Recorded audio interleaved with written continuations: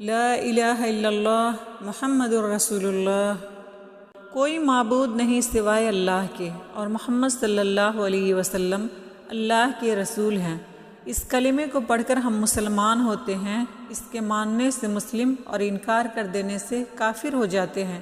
اس کا مطلب یہ ہے کہ اللہ کے علاوہ کوئی ذات یا مخلوق، مثال کے طور پر انسان، جنات، جانور، پیڑ پودے، دریا، پہاڑ، زمین و آسمان، سورج، چاند، ستارے اور سیارے وغیرہ عبادت کے لائق نہیں۔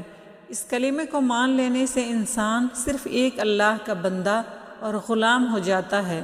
ہر طرح کی عبادت، نظر و نیاز صرف اللہ کے لیے پیش کرتا ہے۔